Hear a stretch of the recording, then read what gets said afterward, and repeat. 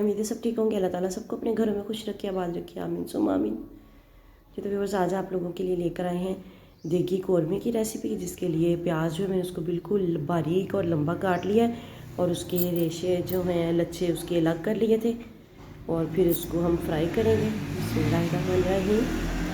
ये यहाँ पर प्याज हमारा तकरीबन फ्राई होने वाला है, तो इसको चम्मच चलाते जाएंगे ताकि ये ना हो कि एक तरफ से प्याज जो है वो ज़्यादा ब्राउन हो जाए और दूसरी तरफ से कच्चा रह जाए।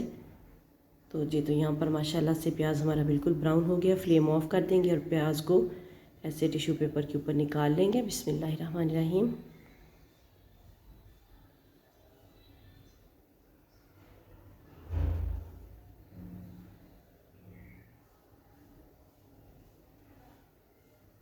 ये आप लोगों को हम 1 किलो देगी कौरमे की रेसिपी दे रहे हैं।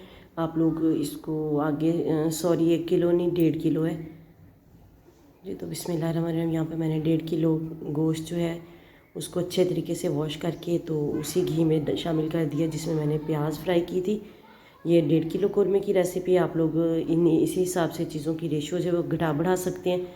जो मसाले मैं डालूँगी इसके अंदर,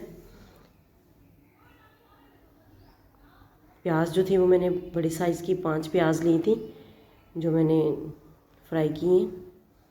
तो यहाँ पर गोश्त का जब पानी ख़त्म हो गया तो मैंने इसमें लहसुन अदरक का पेस्ट शामिल कर दिया, तकरीबन 2.5 टेबल स्पून था वो। और यहाँ पर 2 तेज़ पत्ते शामिल कर देंगे। अब 2 से 3 लौंग शामिल कर दिए और ये दालचीनी का छोटा सा पीस थे, छोटे छोटे करके वो मैंने शामिल कर दिए इसके अंदर। 2 बड़ी इलायचियाँ शामिल कर दी हैं ब्रेक करके, 2 छोटी इलायचियाँ शामिल कर दी हैं।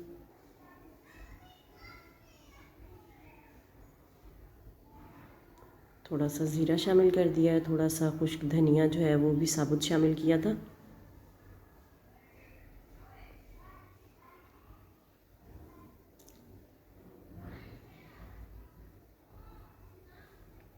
खुश्क धनिया का पाउडर 1 चम्मच भर के शामिल कर दिया है और तकरीबन आधा चम्मच मैंने भुना कुटा ज़ीरा शामिल किया, 1.5 चम्मच सुरख मिर्च शामिल कर दिया और आधा चम्मच हल्दी का शामिल कर दिया। वीडियो अच्छी लगे तो इसे लाइक एंड शेयर ज़रूर कीजिएगा। चैनल पर नए तो चैनल को सब्सक्राइब करके जाइएगा और साथ में बेल आइकन को ज़रूर प्रेस कीजिएगा ताकि आने वाली वीडियोस का नोटिफिकेशन आप लोगों तक आसानी से पहुंच सके। और ये तकरीबन 1.5 चम्मच ही मैंने नमक का शामिल कर दिया है।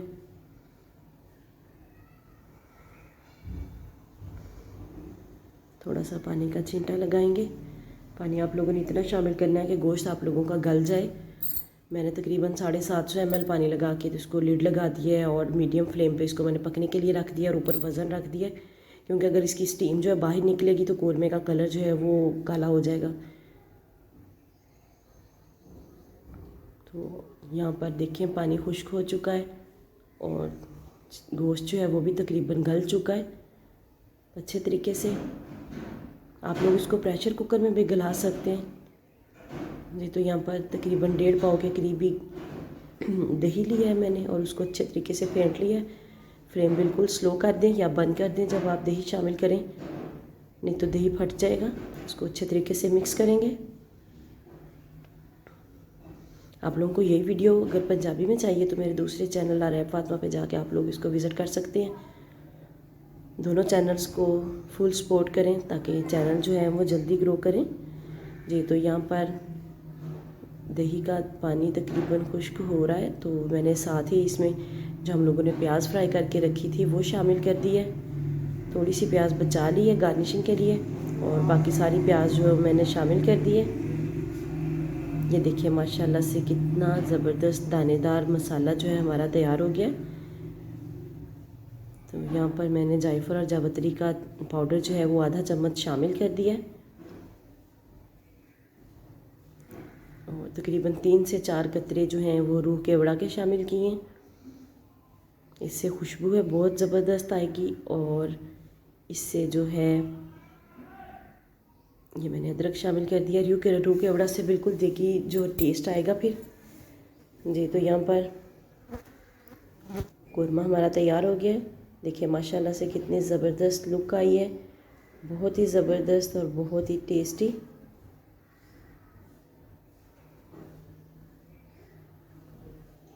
मुझे और मेरी फैमिली को दुआओं में याद रखिएगा। मिलते हैं किसी नेक्स्ट वीडियो में, तब तक के लिए अल्लाह हाफिज़।